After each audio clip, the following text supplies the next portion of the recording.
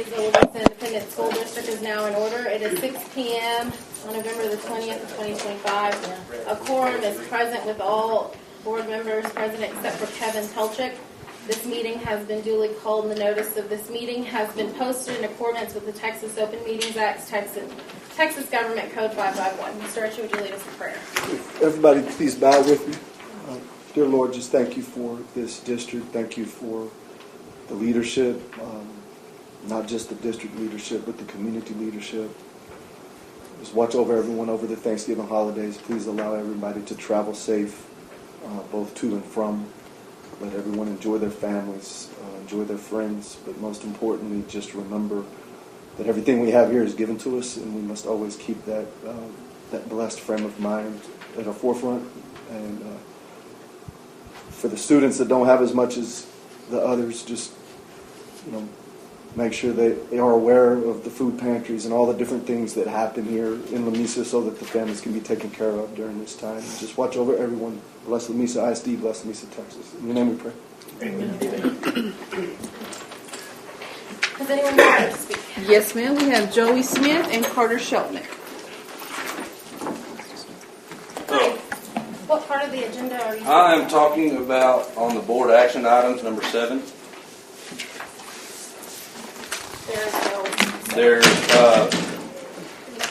There was Friday afternoon at 5. This is what. This is the issue. Monday at 4. Monday's a legal one, right? Monday at 4. No, you have to have full 72 hours before Thursday. So Friday is the actual agenda. You can, as long as the board president informs everyone, you can add an agenda item, but you can have one removed as long as the board president informs everyone that it has been removed. Okay. And what is the item? It was the one. Even if it's a requested item to be on by a board member? Has to be requested by 2, and that was the conversation I had with April. Yes. I thought that since the new superintendent will be here, any further things, we can discuss with her and discuss as a board together since. So anything can be dropped. You're saying after the 72 hours. I'm not saying that. Well, no, I mean I went off of when we go to our meetings. You can take away or put on whatever we think, and I didn't know we didn't have a second on requesting. Like whenever you request, you go and have a second. Nobody seconded it. Oh, I was just thinking about the agenda, the 72-hour agenda not being able to be changed. It wasn't, nobody seconded. So if it was... I understand what you're saying. No, I mean, that's I didn't know. Honestly, when I went, I don't know. So I just said we would discuss it. We said that no further, nothing is going to happen until the new suit comes so that we can discuss it. It's nothing... I mean, that was it. That was it. No. It was. I'm sorry for the confusion, and that was it. Oh no, that's all. That's all I want to talk about. But yes, sir. Madam President, can I ask why this item keeps getting pushed? I think it was because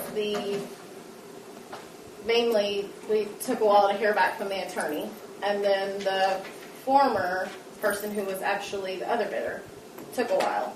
So then by the time we heard back from the attorney, it got closer to the new suit. And so we just haven't heard back since. That was it. I understand what the new suit has to do with it. And that's my concern is we adopted a deficit budget. We're going to add to that deficit.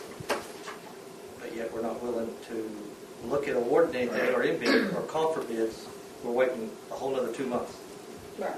And we're losing tax money and we're losing revenue.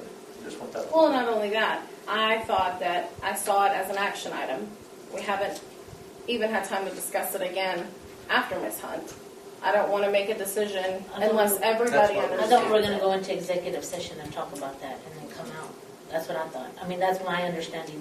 The last time that we would bring it up to the next meeting and we would go into executive session, talk about it, and then we would come out and decide. I'm just curious. It's a time for me to grow my business. It's not a water park. Definitely not a water park. Right. But you can advise Ms. Hunt to go to the city. We'd give them land. like that's where, I mean, it only makes sense. I To be don't know. completely honest with you, it's none of our business what you do with it. The No, second it thing is. The first one. It is y'all's business because I bid 150,000 and y'all took 100,000. That makes it y'all's business. Right. Because y'all of took what it was- $50,000 because of less what it was gonna of be. what it's going to be. Right. So it's not anything personal against you. It was just before even the month before we said no further actions taken until Yeah. the new suit comes. It's just plain and simple. It's nothing else besides that. And again, I'm sorry that you didn't know that or Well, no, I didn't do it at the right time. I was that just looking it. at the agenda, and that's. Yes, sir. I mean, to our agenda rules, it's 70. Right. You can't change it. You know, Right. for 72 hours, but I guess y'all can. So. Well, no, we can't. Okay, but well, no, whenever that's- a no, board that's fine. member, and that's what This- I think but it's here's- very important to here's say the- that whenever a here's the board member printed goes agenda. and discuss it and ask for something to be put on the agenda, you need a second. Nobody seconded. Oh, okay, so then, okay, well that makes sense. That's it. Put it on. I know, but it wasn't. I didn't know it was put on there. It was. It's. But I get what you're saying. No. But there was no second to begin with. Oh, okay, no, I got you. That was it. So that's why I spoke with Mr. Ritchie and said, I thought we weren't making any decisions. I didn't want to make any decisions without any of No, the that's- board here. And Well, I mean, that the- was the- it. the So press our is- attorney said that The once press was confused too. our 'cause they- attorneys, and I she get it. contacted. It was like, hey, I didn't know. I'm like, oh, let me look. Oh yeah. Right. So- So our attorney said that once the first bid didn't go, you have two options. Award it to you or you do it all over again. No, I mean, My thing is that's it. But if any board member asks to be anything put on the agenda, you need a second. Oh, okay. That's just how it starts in the beginning, which I know you're on the city council, I know Yeah. you know that. Nobody seconded.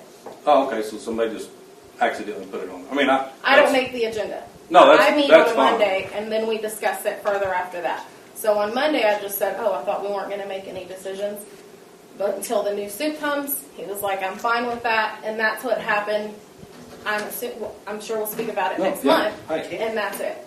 And I'm sorry for Oh, I'm hey. so sorry for the No, confusion. that's fine. I didn't mean anything Yeah. towards you or try to break anything after that. No, that's, I'm good.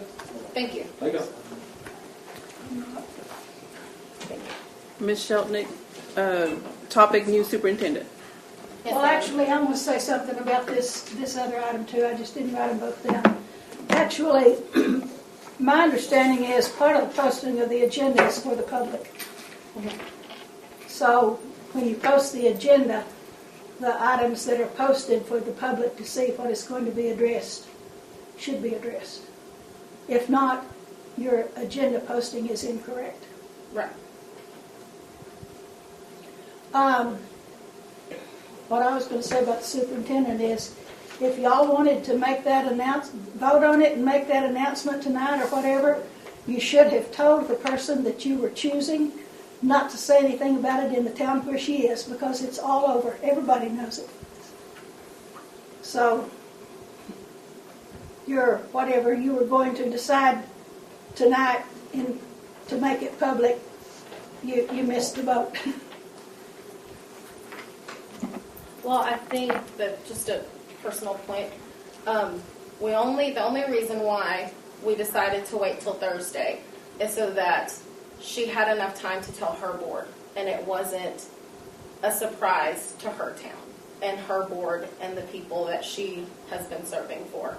So that's why we give them X amount of time so that they could communicate that. We knew it was going to come out, but we were just giving her the time. It really wasn't us, it was her, to give her the time. But thank you. Well, believe me, she had the time and it's all over. Yeah. I assume so. Can I say something? Yes. She was not the one, I can tell you this, that told. Somebody from our district called people over there. So I'm just going to tell you that. Her board knew before she was able to tell them. So don't blame it on the new suit. Don't hold it against her coming in. I'm not going to sit here and let her be disparaged. I'm going to clear that up. And I'll say that too. I've heard Yeah. others come to me and tell me, we know who you're hiring. And I thought, oh, wow. Like, So it's been spread around town, so I But don't it's think not, it was. it's not a secret. No, I know it's not a secret, but I'm just saying it has nothing to do It was with respect to her board. Her board and her Yeah. district, got it. Well, I heard it from where she is now. Yes, ma'am. That's right. So it's, yeah, that's, okay, It used to be in my district, so I know people over there. Gotcha. thank you. Okay, at this point, we'll proceed to the agenda. All right, Scott, you're up.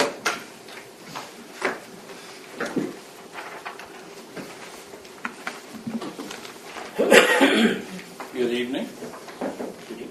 Good evening.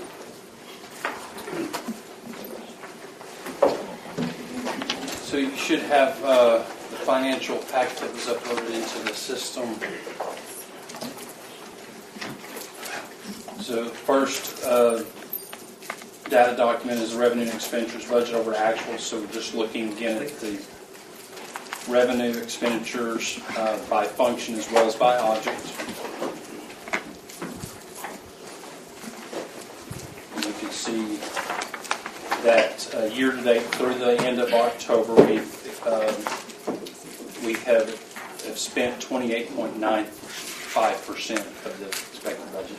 And that's pretty typical. On the next page, we'll look at the year-over-year comparison, but it's pretty typical. I know when I first came on, there was a question in the spring about the percent of expenditures at that point in March or April, and where that was and it's always higher than the year. So you look and say, okay, we're 2 months in the year and we've already spent a fourth of the budget or more than a fourth of the budget. But just a reminder, so many of the things that we do are annual subscriptions and licenses for technology and instructional materials, all the things that we do. A great deal of that is done in the first 2 months of the year.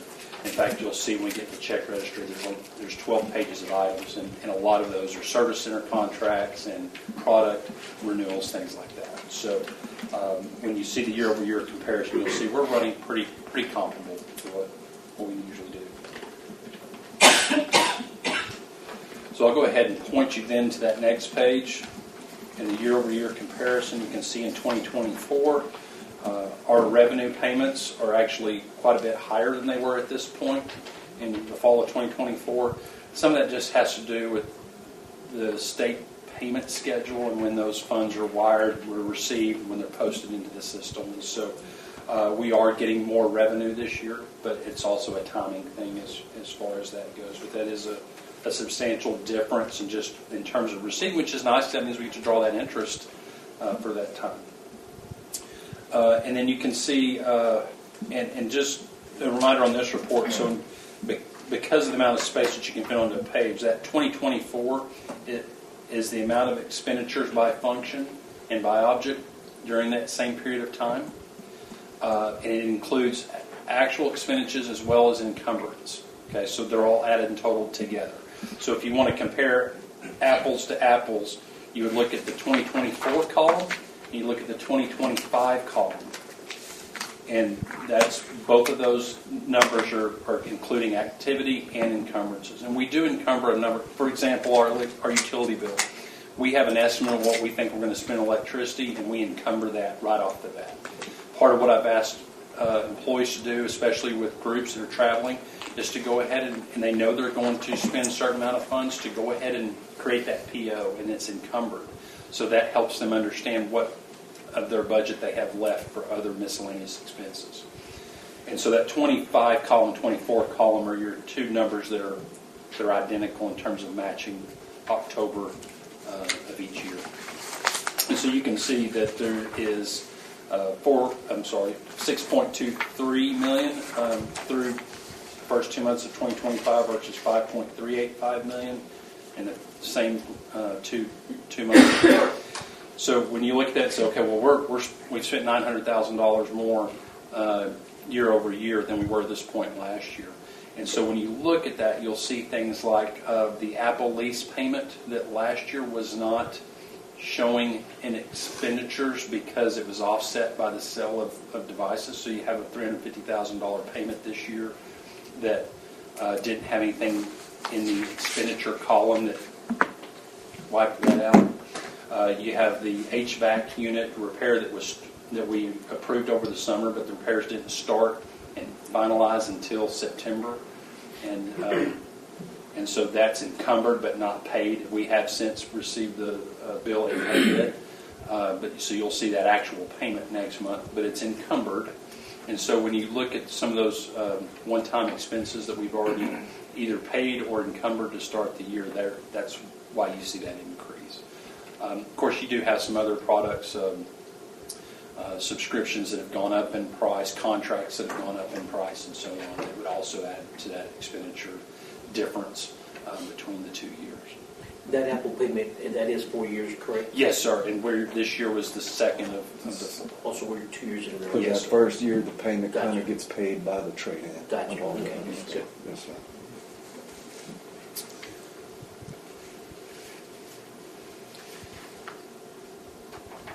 And so you can see that increase in the far right column year over year. But again, those are those one-time expenses and a handful, but it does add up when you look at some of the increased costs that we experience. Any questions over the year-over-year report? The next page is the governmental funds. If you'll recall, last month I added that to you to just wanted to give you a little bit more information. It's not something that has been looked at in recent years. And so just a list of the governmental funds. Most of these are your federal title funds, special ed as well. There's a couple of other items that are not federally funded. You have the Fund 265 is community and schools. That's through the community and schools folks, and they reimburse us for the cost of after-school tutoring and program that we have, which is why there's no budget for that, because we're not given a budget. There's the people that work those after-school programs turn in time cards, and then we're reimbursed for that. And then you have the food bank, which of course is not outside. I mean, it is outside funded, but it's not coming from federal or state funds. It's donations and things that occur there. So, and of course, you're familiar with the bond debt and the budget for that.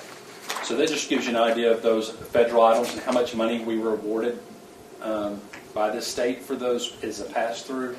And then you'll see the expenditures. Now, most of the revenues are not there because the way those grants work is we spend money. Most of it's on payroll, but we spend money and then we do a drawdown. We actually go and then submit that report, and the funds are refunded to us. And so we actually, Callie worked on those this week, and then so I have those. So our goal is to draw down every other month because it is a process. You have to reconcile everything. You want to make sure your numbers are correct. And, so they recommend quarterly by the Region 17. That's their advice for the federal programs. But we're trying to do it every other month just so we don't lag behind. And that money comes back to us sooner. Can you refresh my mind on the Lasso Strong Foundation? Uh-huh. That's a grant, right? Yes, ma'am, that is a grant. And so that is a grant for the Strong Foundations program that's going to targeting toward math and K through 5. And so that the requirements of that grant require that at least $100,000 of that, 50% of the grant, be spent toward the approved provider. So in this case, that is Region 17. So you'll see, I don't believe it's in this check registry, but in the next check registry, you'll see a payment for $100,000 to Region 17, but that'll be paid for out of those grant funds. When did we get that? You apply for it every year. Is it around this time? Well, yeah, we've already submitted it. Okay, but so we possibly have it Speaking coming. on kind of since the new superintendent is being discussed anyway, I've already reached out to her and put her in touch with Dan because we've turned it in, but it's not officially due till December 3rd. So Yes, we're going to send out pulling it back. I've so started she can working look on at it because she has had 3 portions of the LASSO grant, the Texas Strategic Leadership, the LIFT grant, and the allotment for residency teachers were 3 grants that I've already started and have submitted. And then once I get in contact, then I'll, what other guidance or suggestions. We're going to let her look at it because she has had success, Yes. as Right. Ron knows. So, we filled it out as much as we could, but I told him once it was Bonnie, I was like, let's let her take a look at it. What did we, they asked the other night, about college education. When did we College sever education. ties with them? You remember? We never sever ties with them. We get assigned through TEA, a provider. We did not pay CEN to be an additional provider because we couldn't afford. The first year they were helping us. I don't want to use the word free, but on behalf kind of TEA, and then TEA, they are not the one given us by TEA now.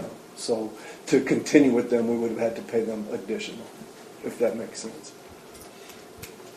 And that's pretty common with a number of programs. The commissioner will have a commissioner's list for pre-K materials. And that may be good for 3, 4, 5 years, and then they'll come out and they'll change. And so you may have been on,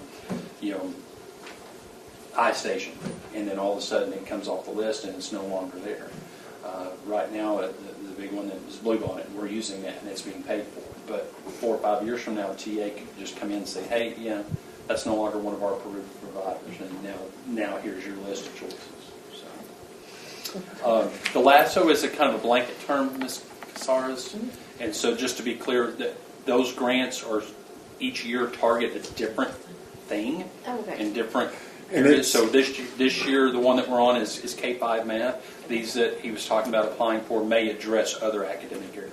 And it grows. That LASSO grant grows, and every year they'll add new facets to it. And like you might not, we applied for 3 or 4 things. You might get 3 or 4. You might get 1. You might get none.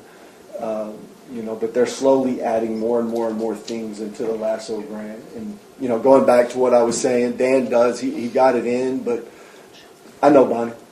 And, Bonnie's been successful with that. So that was the first thing I told her was, once Thanksgiving gets going, what she's named tonight, I'm going to put them in touch so they can kind of just look over it once more before it gets checked in. But it's pretty much ready to go. Oh, yeah. It's okay. already turned in. Okay. We just It's got to get submitted, it. but we can request a new link for it, and we were able to modify and adjust. It's important that we submit early, so it puts us on the top of the list as far as drawing more funds. Okay, thank you. Yes, ma'am. Any other questions on these governmental fund types? And it's not named correct. I mean, it is correct, but it's not recognizable. Fund 244 is Perkins. We do have a small expense you'll see in next month's report, but I hope to get with our CTE and with Ms. Baker to go ahead and commit how we're going to expend those funds and not wait, spend it so that we're not spending toward the end of the year so that money can impact the instruction in the spring. Are there any other grants that we're looking at? I'm looking at some stuff from HB2 for safety and security. It's on my report for safety and security for cameras. Gotcha. If there are no other questions on the governmental funds, we'll look at the check register. Certainly answer any questions. I do have a few things to point out to you. On that first page, you'll see ETC companies, $6,000. So that's the group that that's a fee that we pay them to help process the 1095. So the Affordable Care Act, some people call it Obamacare.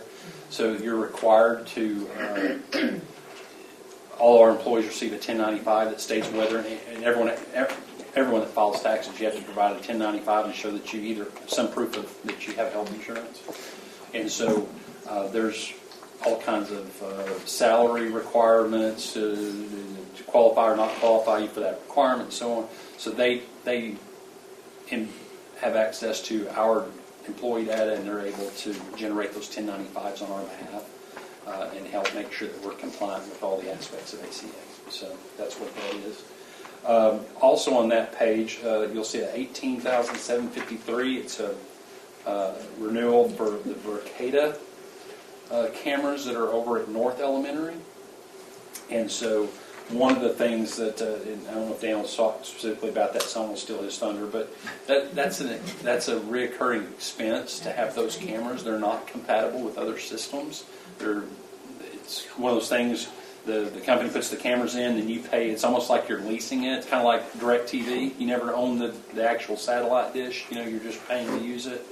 And so that's kind of how that particular system's set up. And so as long as we're running those cameras, it's going to be that, unless we were to do something different. And that is something Dan is going to talk about, because we have 4 different camera systems in our district because they've all been put in through all these spans of time. And Vercad is definitely the best one, but you can tell it's also one of the more expensive ones. And so when he speaks on his grant, that's one of the things we're going to try to upgrade them all, because our SROs will tell you we need, but also try to get a more aligned system where it's not 4 different programs, 4 different systems, 4 different softwares.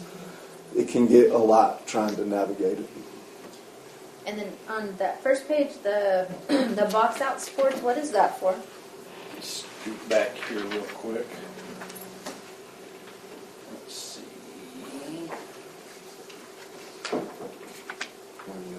Sorry,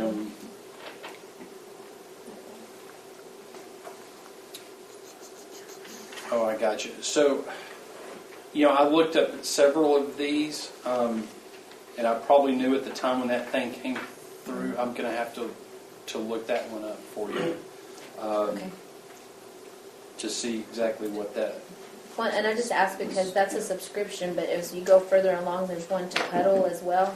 Huddle, I can't. Huddle is, So, I don't know what this Yeah, is. He'll so- look that up. Okay, The Huddle is all sports. it's all sports. And it is, in the district rules, the days of us not, like it's in district rules now, you have to trade with Huddle, but that's Can we everybody. get it up and running? Huddle? Yeah. No, that was just the Huddle camera. Like Huddle's Okay. this whole, Oh, yeah, but is Thing it that- running? yeah, Or is it? I believe it is at this point. The one in the gyms are, which that, Okay, good. you know. Yeah, that's where we're And, at and now. that's not that. We'll speak to that Huddle thing. It's not ideal, and it's great because I'm old, and I was in the days where we'd meet somewhere and hand off tape in the middle of the night, And, Yeah. it's I've heard awful, that. You get home from a road trip and from coaching Friday night, and it's 1 o'clock in the morning, and then you're driving another 3 hours to meet a guy because you need film the next day for your just break it down. Huddle it's a started- wonderful tool, but the cost has The- continued the to go cost up. started very as just expensive. football in 2008, and the first year it was around $2,000. Yeah. Then, of course, the district started using it, so it raised, and then they started adding all these other sports. And so now you pay this but it's convenient. package. Oh, it's amazing. Yeah, they were smart. I wish I had invented it. Is I that saw like a where one-time fee? Once a year. Once a year? Yes. Adler now has where they can do it on the sideline or in their coach's booth or at halftime. They have an iPad where they're putting it in live Live, as they can go. watch plays and It's amazing. Well, you can go to Huddle Fan and watch the game from there. Yes. too. Like they've kind of completely taken over that part I of didn't know that was the industry. There used to be about 3 companies, DSV, Huddle, and another one, and Huddle figured it out. So is that like, because I know like when we broadcast the game or radio the games and stuff, is that That's tied Huddle. to that? But really, where it started, That's Is it? I don't think it is. I think that's That's early Texas camp or High some School. radio. Texas High, THSFB. Right. So what Huddle started off as, and this is, if you never coached, you don't know it, you have to trade film. Like every sport, the district rules set how many films you have to trade with your opponents before you play them. And that's when he's referencing meeting coaches in the middle. That's how Huddle started. It was a way to digitally swap Okay. film. And now it has grown into the Huddle Fan, where you can get on highlights. It's a recruiting tool. Your kids can create their own highlights, and then colleges can get on and watch them. So it just kind of became, they saturated everything that it had to do with it. Well, I just knew like we do the radio and stuff like that. That's why I was wondering if it's tied, because for that cost, are we paying something for the radio to do it something separate from this? No. Okay. Okay. I want to point you to page 3, and I'm going to kind of tie a couple of things in with this one. So last month, you guys had given me the ability to work on a electricity contract that would start in June of 2026 with, I believe, a max of 6 years. And to try to get it underneath 8 cents. And so I was able to get that done.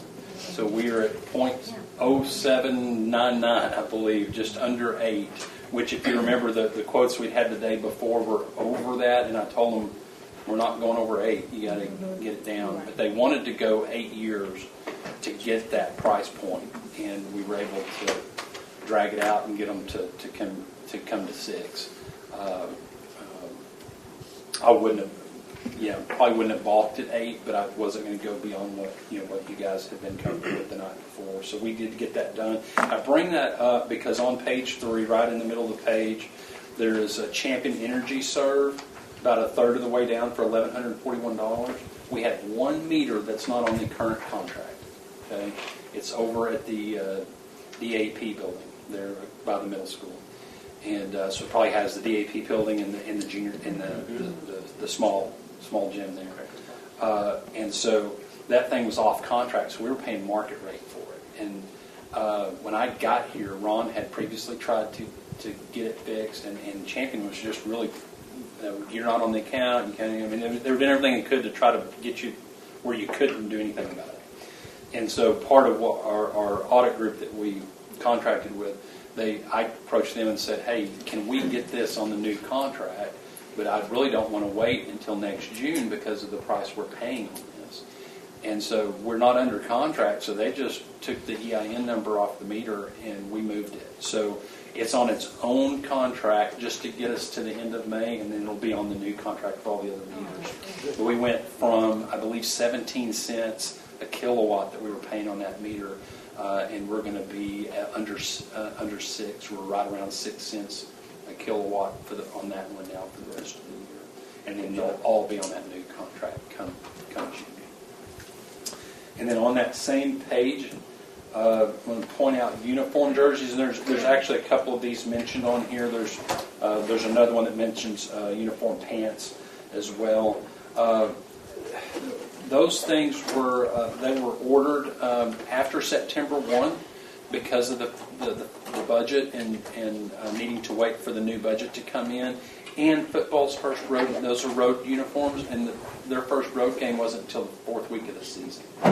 And so they invoice after the fact, and so we're not prepaying to get that material. So we got that material invoiced in the end of September and paid in October. So I want to just point that out to you. We do have a uniform schedule. I don't know if you guys have looked at that. I printed it. It's not in the board book, but I did print it out. It was something that was given to me during the budget process because I want to make sure that we have a plan in the budget for uniforms. It was something that we had not had here before that I wanted to implement because I had it when I was the athletic director of the other schools. That way, every sport has a year, right? And there's girls and boys basketball might be matched up with cross country.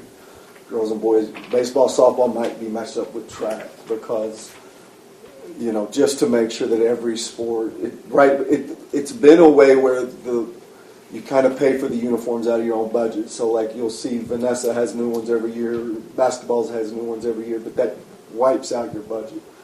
And so we decided to create this rotating thing. So as long as they can look up and wait, you get about every 3 years you're going to get new uniforms, which that's about what it should be. And you won't have to pay for them out of your equipment budget because we have this rotation of uniforms. So I think it's going to pay off down the long run. It always worked. When I was in AD, I loved it. So what is this rotation? What did we get? So 25-26 is football. 26-27 will be volleyball, tennis, cross country, and golf. And 27-28 boys basketball, softball, girls track. 28-29 girls basketball, baseball, and boys track. And if they decide, the coach still has It'll just come out. if I want to buy a new jersey, and I can do that, I just got to pay for it out of my own equipment budget, right? They just know for a fact They're going to be getting it. I got new stuff coming at this time, which we hadn't done that Everybody in before. good shape though to wait. Yeah, I will tell you, most people Rotation. have brand new uniforms That's what I anyway. was thinking. 'cause And so I thought it was a That's good not time okay. to kind of get us on this rotation Okay. because everybody's going to be pretty fresh, Okay, good. Is And middle school honestly, in that they're probably rotation as not well? getting. Middle school has always operated a little bit differently, but my hope is that if we do this, we can start cycling Like them But we down. can make sure that like middle school, high school is in good shape. We can make For sure. that middle school's in good Yeah. shape. And And they then got get them in new- the rotation. Yeah, for Okay. sure. And again, most head coaches at the high, like as a head track coach, I was always trying to make sure my middle school stuff was taken. Kind of have to trust the coach of that sport to, Yeah. to Yeah, make for sure. sure. You know, and then of course you got Castro over there. Castro's going to make, you know, to make those decisions too. Yeah. But Okay. it's just a way to keep the money from being always spent in one place, and also to keep. I'm telling you guys, a softball uniform, pants, jersey. It's you're looking at $6,000-7,000. I mean, and so you're done. There's nothing. You can't buy anything else. And so I just thought it was a better way to do it and help out the coaches. And it's budget friendly because now it's planned for. You know, I mean, we don't always know what the cost is going to be, but we can budget for. No, we know we've got a budget for these sports, and now it really just comes down to what do the vendors have, and this is your budget, coach, for uniforms this year, and they still got to work within that. But if we wait until it's like, oh my gosh, these uniforms look terrible, we need new uniforms. It's kind of the same thing we're trying to do with the buses. Like we waited forever, now we need it on the buses, and we're trying to get where we have a plan. It's the same And who thing. would be in charge of, I mean, who's gonna take care of that? Like, Which one? that That list of, to The make sure that rotation. the rotation. it'll be a mixture of CFO and AD and coaches, because every coach has it. Okay. So, like, all the coaches should already be able to look and see the next time that they have, you know. So the first thing I did when I saw it is I didn't remember from the heat of budget season to when those recs started coming in. First thing I did was pull this out and go, okay, I'm making sure, you know. Now, if I see one come through for $1,100, it probably Coach's just not their choice. equipment That's what budget, they want to or spend they their money needed a on. different size because of a kid coming in, or that kind of thing. But if I see a large order, the first thing I'm going to do is look and make sure we're. And we We're just want to staying make on. sure that middle school's already caught up and then can Yeah. start on the budget. Because you never know. I mean, what if the coach is like, it can wait a year. I mean, it's not. It might not be a big deal, but if we go ahead and get all them new and then go in the rotation, it would probably work better. Well, my We'll- thing we'll is, follow up from if this we're one. being good stewards of our money, and if you already got new jerseys, try not to get Well, I mean, out of your that's- budget yes. your own too. Yeah. Each year, just because Yes. you can't, and then then the following year I can still get it. I mean. Like, it's, y'all watch college football, y'all watch pro football, right? Oh, yeah. Like when the last time I was at AD, we were right next to an Air Force base, and that third year, it wasn't my turn to buy uniforms, but I had enough money in my budget to buy a military jersey, not the pants, just a Oh, military okay. jersey. We wore it once, but they still wear it once a year, every year. Yeah. So that is something that wouldn't Yeah. be in that. That was in my budget. Does that make sense? Yeah. I had huddle marked on page 4, but we've already talked about that. On page 5, just follow up on what we just talked about. You can see that that's the other side of the uniform. It's the pants there. $69.55. $6,955.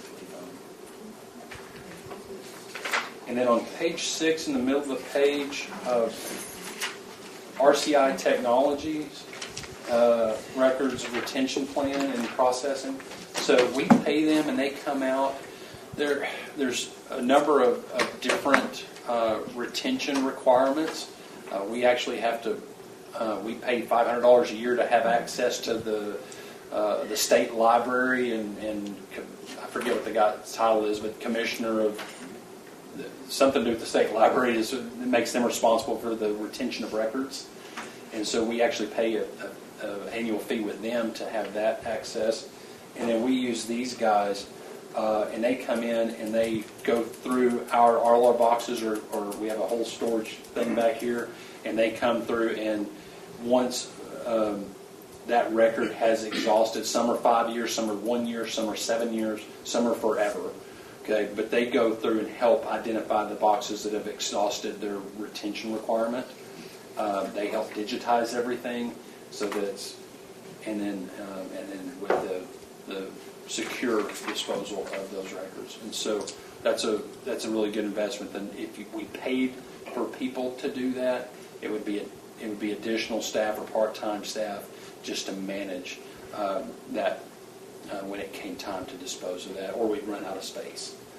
And so that's just kind of point that out, because sometimes you're going to go, well, why are we paying someone to do that? But it's money well spent.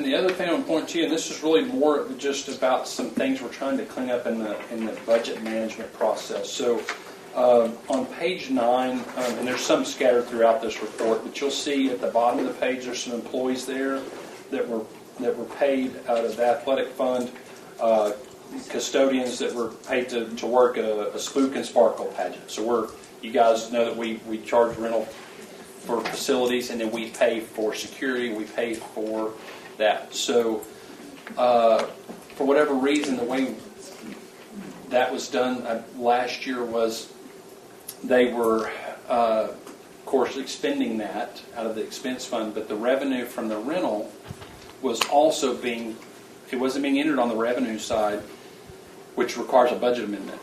It was just being entered on the expense side as an offset. Okay?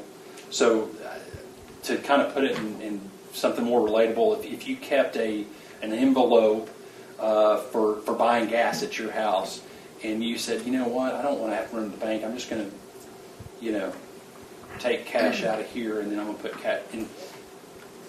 It never went to the bank. It was just anyway. It's not the proper accounting, and so one of the things that you'll see next month is I'll come to you with the budget amendment, so that we can amend the budget to show a budget for the cost of security and cleanup and those things for facility rentals and playoff games. Because in the past we've posted the revenue to the expense side to cover the cost of that. And that revenue needs to go into revenue. Because we adopt a budget, I can't just take money and add it to the current budget. Well, you put it in the bank, but it can't be posted to the budget without amendment. So one of the things that we're cleaning up is just that record still. It's not changing our cost or what we spend, but it will help you as we do these amendments to see, okay, we're charging for use of our facilities, but we have these costs associated with it. How do those two sides compare? And right now it's hard for me to do that or for you to do that because it's all being posted on the same side of the balance sheet. So just kind of point that out to you, so when we get to the amendments and I go to talk about it, yeah, that's what he's talking about. So. Have we had a club game? I haven't seen it. No. This year? No, sir, we haven't hosted one yet. I don't know. I had one school call me for next week, but I sent him over to Ramos to see, because he does the playoff games. That was, who was that? Where'd Tipton go? Panhandle. Panhandle was the we did host a couple of volleyball. Yeah.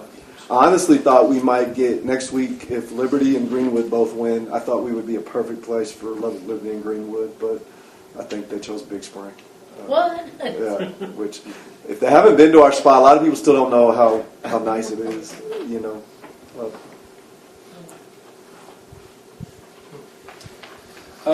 And then on page 10, sorry guys, this one just to point out, in the middle of the page, there's a $30,709.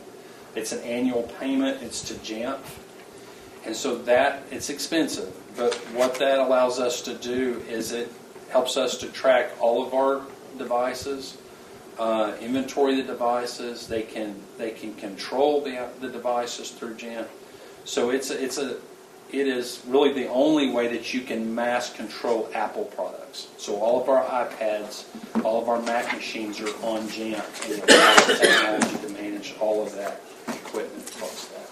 And that cost is actually down, because when I looked, it had us down for like 1,300 devices. And I didn't, or maybe even more than that. Anyway, the number was higher than we have people.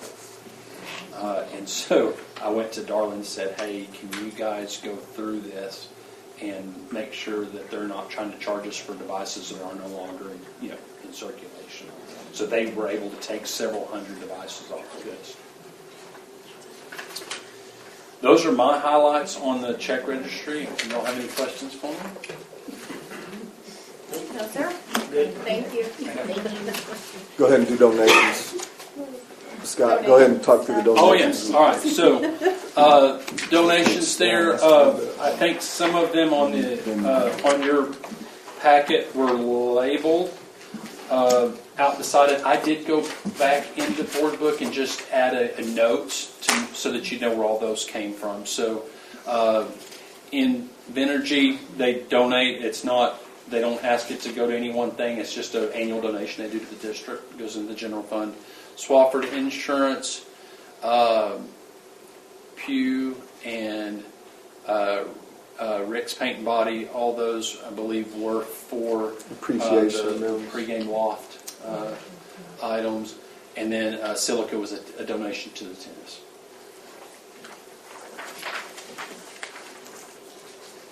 Yes, ma'am. Thank you, Scott. Uh-huh. All right, Dan, not forgetting I you. promise I'll do way faster. Hey, you're down to 2 minutes. You're good. Uh-huh. You're good. He took half your time. I know, stole my No, you're thunder. good. Just a few things. Like I said, we had the shack safety drills that took place November the 6th. The day before, we met with both principals and with Rocha and Flores as far as how the rotations were going to go. We had a couple of hiccups at South, but once we got that rolling, especially when we got to North, I thought it ran really, really well. And I thought overall, it was a good thing. It was a good learning experience, not for just us, but for the kids and those that were involved. We're looking at expanding that to, what to do in an emergency if we're in the hallways and stuff. After the Thanksgiving break, Sergeant Flores and Lieutenant Rocha, we're going to meet to start discussing the next big project that we talked with Shaq as far as the active shooter on the secondary campuses. We're going to go ahead and start getting that plan. So hopefully by Christmas break, we'll have some kind of a rough itinerary as far as what that's going to look like. And it will be, as if you've been to Shack, substantially more intense than what we did on the elementaries. And it's a fine line, But the statement I always make is I would rather be prepared and it never happened than it happened and it's not be prepared. So that's the goal of that. Yes, sir. Just a couple of highlights on attendance. We are up from this time last year compared to last year at this time. We're up 1.17%. This year, right now we're sitting at 94.56% total attendance rate with 60 days tracked. And then last year we were at 93.36% with 64 days tracked. Then I also went ahead and separated our teacher and TA absences comparison from this year at this time to last year at this time. So if you can see in the 25-26 school year, when you combine teacher and TA absences, we're at 629. Compared to last year, we were at 738 absences from teachers and TAs. I also included, as far as the 25-26, 37 of those days for the 25-26 were FMLA excused absences, compared to last year at this time was 12 FMLA excused absences. Our middle school won the attendance trophy. We got that going in circulation, and this is their second month in a row to win the overall attendance for the month. I know Jasper and them are doing a really good job with that, but it's starting a competition. You're starting to hear them starting to jaw at each other a little bit. I like that. We did touch a little bit of base on the LASSO grant, like I spoke to. I'm currently just submitted the LASSO grant cycle 4 for the LIFT grant. Texas Strategic Staffing for Residencies, and the HB Teacher Preparation Allotment Program. I'm really excited for that third one because we have a couple of teachers that are doing the residency program, and we pay substantially higher than surrounding districts, Lubbock, Cooper, and stuff. But if they become involved in this, they'll be able to pay closer to what we're paying our resident teachers. But by getting into this program, we're able to probably offer another $10,000. So instead of paying our resident teachers $28,000, we could probably pay them $39,000. As far as with this grant helping us give us that extra money, so we can entice more teachers that are in that Tech Teach program to come here, because we have 2 that are in this program and they just love it here in Lamesa. They have nothing but great things to say. My plan was to bring them, but I know y'all have been in meetings, and I didn't want to make it long. But I would really like y'all to meet them because they have a great energy about them, but they want to be here. One of them has actually served time in a district in Lubbock, and she has said, I would pick this over where I was any day of the week. So it's exciting. And we have plans, like he said, to recruit more. Last year we sent some videos over to Tech Teach. But, again, I'm going to speak on Bonnie because I know her. She did something at Seagraves where she actually brought them out to show them off and kind of let them meet the community and everything. So my guess is she's going to do something like that, which will help attract even more. But it's been great. And we had one pass all her tests. Kirsten Stewart passed her every bit of her core test 2 weeks ago. So Yay. proud of her.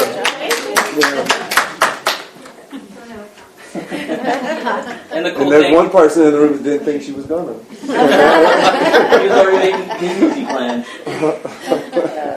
And like I said, in those two ladies, they're going back and talking to their other teach peeps and kind of spreading the good word as far as the good things that are happening in Lamesa, the support that they're getting. And of course, the pay's big for them because you have some of them that are part of residency programs that are making nothing. You know, they're making $600 a month. And that, you know, you can't live on that, but we're giving them livable wages and stuff for them to come here. Of course, and then we also provide the commuter van.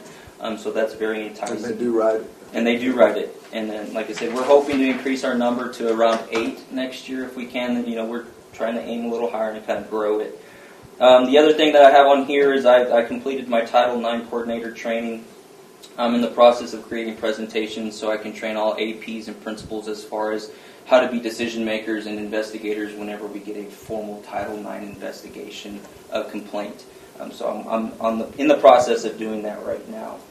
Just a few upcoming things. I do have employee verification letters that I'm going to be sending out next. When we come back from the Thanksgiving break, I'm going to get with Scott and Jamie to see. Basically, employee verification letters they tell that employees that are federally funded or funded through SPED, it's just a letter saying that their funds are coming from either federal funds or SPED funds. We kind of touch base as far as the camera site walks. I've already had a site walk with ACI. As far as looking at cameras, I got with Darla, and then we walked the campus with Lieutenant Rocha and Sergeant Forrest. We walked south, and we walked the middle school to kind of see what new cameras would look like, replacing old cameras, keeping cameras, and kind of seeing where our blind spots were. So the goal is, and then I got to meet with Guardian when we come back from the break. It's another camera company. I told them there's 3 main options that we're looking at. We're either looking at the best option is trying to replace cameras at both south and middle, and then combining all servers into one central location here at central office, so it's easier for Darla to manage. Or the other option is to, if we can just do one campus this year and combine, or just combine. Those are the 3 options that I've basically been given. I'm waiting on quotes from ACI, and like I said, I'll be meeting with Guardian on the 2nd, and of course Darla will be a part of that conversation as well because she knows the layout and all that good stuff. I just want to touch base. We're looking at doing Title III emergent bilingual classes for Title III eligible families, where we're going to have classes for them to come in into our school as far as learning how to speak English. So we're going to try to provide opportunities. And right now it's going to be strictly specific for Title III eligible families, but we're going to see how it goes so we can expand it to everybody in the community. It's important because sometimes parents are afraid to step into the campus because they don't speak the language and they feel uncomfortable. But if you can teach them how to come in and speak polite and ask for certain things as far as being advocates for their kids, that's very, very important for us. And just a side note, as far as TIA goes, I'm going to be kind of assuming that role as far as the TIA person. I'll be kind of assuming that role from Ballman and from Richie, so I'm going to start kind of getting with that. So I'm looking at a couple of programs through Qualtrics, and then we're reached out to Region 17 as far as other districts our size, as far as what kind of programs or spreadsheets that they use so we can make sure things are aligned, because we do want to expand our TIA program as far as offering it to multiple other subjects. And I'm going to talk about TIA too in a minute. So. And that's all I got. Any questions, comments, or So concerns? the bilingual, who's going to be doing the bilingual? Me and Bauman are going to get with that and see who we're going to offer stipends and stuff like I that. have through Cindy's Title name III. down right now. I don't know if she's hearing me. Cindy said she was going to help. So, but yeah, we're going to see. We'll be able to provide stipends and stuff. We're even looking at working with some of our high school kids. So if some parents need like daycare, where they can bring their kids and our high school kids can watch those kids and we can pay the kids, some hourly. So it'll be rate for somebody daycare. within the district that's going to be doing the bilingual class? Yes, ma'am. We're looking at somebody within the district. Yes, ma'am. Yeah. And Cindy. Any more questions for Dan? Who wants in? Ernest, check. I don't know if we want them to teach. I don't April, know. I can't be there. They'll come with all kinds of jokes if Ernest is there. Speaking on the cameras on the camera walk, it's really interesting. Like, our kids are masters at finding the blind spots. Oh, yeah. And every time I was a principal, Like you have cameras all over the place except the place you need them. And then, like Souths are rough at this point. They've been there for how long? I mean, the server's rough. It's just like you go and look at North, the newest one, and it's like you're watching HD. And then you go over to South, and it's like you got to hit the antenna because it's staticky, you know. So it is something that needs to be looked at. So appreciate you on that, Grant. Enrollment numbers have stayed pretty steady. I would like to get to 1,400. We got close to it, then we drop a little bit, then we gain a little bit. You never know what's going to happen. Kids could show up after Christmas. They showed up after Labor Day. You just never know when they're going to come and when they're going to go. South is held pretty steady. North dropped a little, and high school dropped a little. LMS stays pretty. And then we're always going to lose some from LSA. If that number goes down, that's because they graduated. So that's a plus. Like at the beginning of the year, I believe that was 6, then it was 4. That means 4 of them have graduated. So that's a good subtraction right there. And of course, we award them, the diploma at the LSA graduation at the end of the year. We make a big deal of it the day they finish. I always go to see them because I know them all, take a picture, give them a hug. I take pictures with Baker, but then we still have the LSA at the end of the year where they get to come back and do that. Is that our snapshot number? Or Our snapshot number for the high school, Mr. Mayor, was 397. Because that was on October 1st, I guess was that day, and I take it from that day, and it was 397. Which is crazy to think, because when I was the football coach here, we were sitting 500. It's Brownfield, I know, turned in 497. I don't think we'll drop. I think we'll stay in the same, but I do think we're getting close to hovering where we could be looking at eventually dropping down. Yes, sir. 397 was our number that day. I'm glad you said that because I forgot to let y'all know that. Legislative overview. I did want to go ahead and hit on this a little bit because there's a couple of big things happening, and if you got kids in high school, that matters too. We just don't quite have the guidance on when it's going to matter to them. Thinking about how old y'all's kids are, it may not matter to any of them because what is Jordan? Is he a freshman? Sophomore. He's a freshman. I think it might start with next year's 8th grade, but in December, the state has decided, schools have always had liberty, and it's board approved, to come up with their own GPA, their own system for GPA, how they factor the GPA, which you can see how it can cause discrepancies when colleges are looking at kids, and so what they're doing is they are coming out with a statewide GPA. Every school in the state of Texas will have to follow the exact same formulas. We just don't know what it is yet.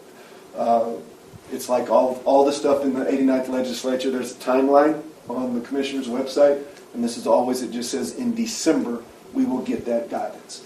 So hopefully by December 11th, but if not, by the January board meeting, we'll be able to tell you what grade it starts with, because truthfully, it would need to start with kids that are not yet in high school. To me, that would be a little rough if you're a sophomore and all of a sudden you're on it. Do that. So I think they will pick an 8th grade class and say it starts when they get to high school. That's my prediction, but I don't know that. So what would that have to do with, what do we set? How do we... It will make it easier on y'all, actually. actually, because you will just approve what the state... You will still have to approve it, but it will be given to you. Yay, not a... Yeah, it's kind of like, y'all got those policies in y'all's board book. And I was going to print them, guys, but I think it was... 85 pages. Yeah, 55 pages. That's not anything you have a choice of. You got to look at it. But it will be something that I think you really need to look at, because you don't ever have questions over GPA until class rank comes out. Right? And then all of a sudden, that's when the questions start. And that's why I like it, because it's going to... You're not going to be able to say, well, this kid took this class, this kid got that grade. If it comes from the state, it comes from the state. Yeah. I'm just curious what it's going to look like. Yeah. It wouldn't affect I guess it doesn't matter. My prediction... I'm thinking if my kid was a senior next year. So the next thing I'm talking about, assessment and accountability, it's not going to take place in a whole other school year till 27. I can see the GPA doing the same thing. I wonder how those senior... I guess I'm just curious. I know it's not but I'm curious how it would look to seniors, because I mean, we don't just plan senior year, you're planning junior or freshman, really. I mean, your grade, your GPA matters. I When, want to take a picture of oh, 2027. no. Yeah, well, that's my guess. But even in Still. 2027, my prediction is they start The with current ones will be Not- not, grandfathered yeah, in. exactly. Like today's seventh graders will be the first ones, is my prediction, that go under whatever it is. Going to assessment and accountability, I think this needs to be really clear because it's kind of like I've told Mary Elizabeth a lot of times. People just read the headline and they don't read the article. And so the headline is that the state did away with STAR. And that's not what really happened.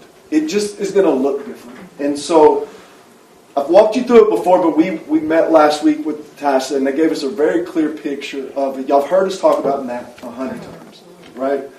What MAP is it's called an adaptive test. If Melissa is smarter than me, Melissa's questions are going to look different than mine. We're all going to start with the same one, and then if I get it wrong, it's going to adapt. She gets it right, it's going to adapt, right? So what the state has done is, instead of having only one big STAR test at the end of the year, and then it's up to local decision how much interim testing, how much practice testing, all of that stuff we do because we think it's important. All that goes away. You still have the STAR test at the end of the year, but now they are mandating a beginning of the year and a middle of the year. Those will be adaptive tests. And they would be performed like the MAP test? So I'm going to come back to that. Okay, sorry. But this end of year test is not adaptive. It is still a STAR test. Okay. Okay? It's just not going to be a 4-hour STAR test because the state wants all testing to be able to be done in approximately 1 hour. So we don't know what it's going to look like, but I predict it still looks very similar to what our kids see now, just less questions. Okay, so to answer your question, yes, the beginning of the year and middle of the year will look just like MAP, but here is the trick. The state is making their own. We thought when this happened, because MAP's used all over, we thought TEA would contract with NWEA, who makes MAP. Mm-hmm. But they're not. They're going to make their own. If you use MAP, you got to pay for it. There's another one called iReady that some schools use. You got to pay for it. If you use the states, they pay for it. So obviously, we will. I would assume most schools would go with the one that TEA is going to provide. 2 reasons: they're paying for it, and if they're the ones making this end of the year, to me it would be smart to take that beginning of the year and middle of the year from the same people that are making it end of the year. Does that kind of make sense? So. Now let me jump. I'm going to kind of come back, and I'm going to be quick, but let me jump to TIA because TIA factors into this. So school accountability, the ratings of the school will still strictly be tied to that last test. The beginning of the year, middle of the year will have nothing to do with school accountability. It will still be tied to how your kids do on the STAR test. But TIA will be tied to the beginning of the year, middle of the year, and the end of the year. So the students, basically the way to look at it is the students will be graded from year to year. How April did as a sophomore to how she does the next end of year test as a junior. Teachers with TIA are graded from the beginning of the year till the end of the year. Does that kind of make sense? And so that beginning of the year adaptive test will matter greatly for our teachers for TIA. It just won't matter a bit for our students' true accountability. Clear as mud, right? Yeah. Clear as mud. 100%. 2027. So there's a year to get it figured out. Fun. And speaking on TIA, and we can't say the teachers that we put up for it because we don't want to say them unless they get it. We think they will. How many did we put for? We have put 9 new, 1 raised a little, so 10 total designations. 10 new ones. So that's really progressed nicely over the last few years. Now, TIA is about to become the future of pay scales. I've kind of said that before, but they clarified that last week. They said the commissioner's goal is for experience-based pay scales, which is what we have, are about to be gone. And it needs to be all based on incentive. They tried this one time when my mom was a teacher. It used to be called the career ladder. So the goal for what he was talking about was, okay, so now we've got to make sure we figure out how to get it to all.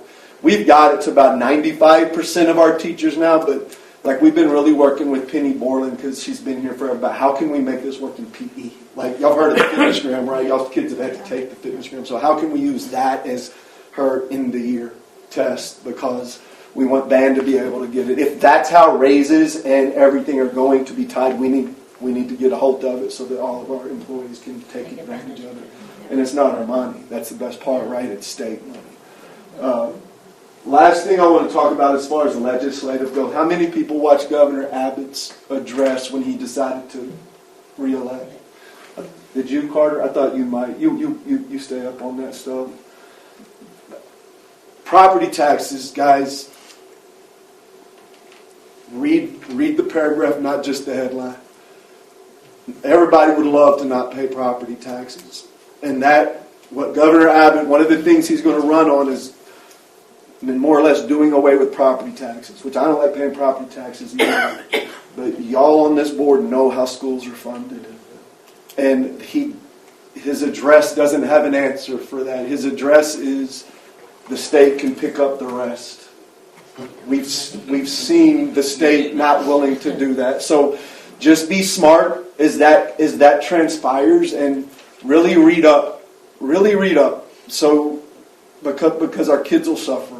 Public schools will suffer. I've told y'all for 3 years, public schools are under attack and we got to be better, right? We all got to be better. But stripping away property taxes would strip away over 55% of our budget. And to put that trust in people that have not proven to want to give is kind of scary. So, and it's an alert around the state. Like it's not just me. Everybody is like, okay, that's great on this end, but that doesn't add up on this other end. So just make sure you stay aware of that and read the whole thing. How many pages did you say it was? 85. I'm going to let y'all kind of go through it. And then I believe our next board meeting is December 11th at 6 o'clock. Now, before I sit down, I want to say something to you guys because I want to say thank you for the work y'all put in during that search. I know it was a long few days. How y'all did that Sunday, I'll never know. I told April, I hope y'all had good food because that was a long day. But I also want to tell you guys that I think y'all did a fabulous job. I didn't know who the 3 finalists were, and I thought they were all 3 really good choices. And my real conversations with the new superintendent will start after tonight because I only want it to be congratulatory until she's named the lone finalist. But I want to assure y'all she will have a direct line to me. We've been working up everything going on in the district so that I can give it to her, so I can talk her through it.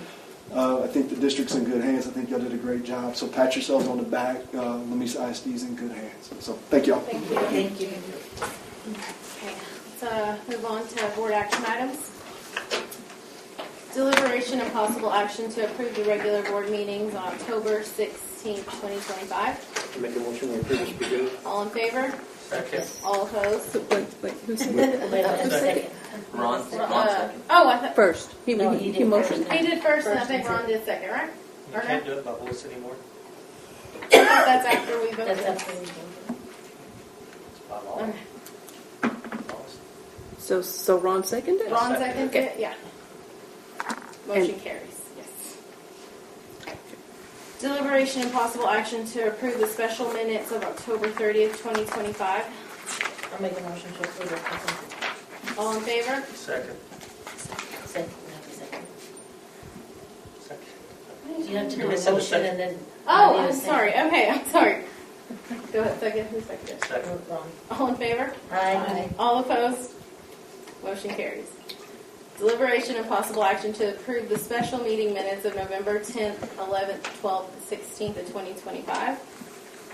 Make a motion to approve as presented. Second. All in favor? Aye. All opposed? Motion carries. Is that you or Cindy? Who's Melissa. Melissa. Melissa. Okay. Deliberation and possible action to approve the financial report. I'll make a motion to approve the financial report. I would like to say something for the vote. I thought you might bring it up, but I guess the accountability rating was for finance brought out, Yes, sir. and we received an A. Yeah, you should have. Yeah, I was wrote gonna that. do that, so. Congratulations. Yeah, so our first rating, Yeah. that, last year we had a bit of a hiccup on. We did that. That is, I'm glad, Ron, thank you. I'm glad you said that.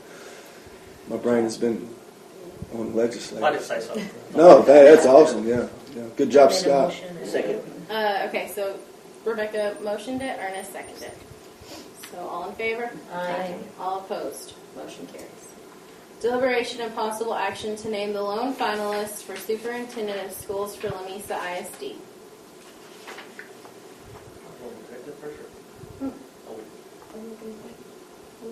I make a motion, we name Bonnie Avey as the lone finalist.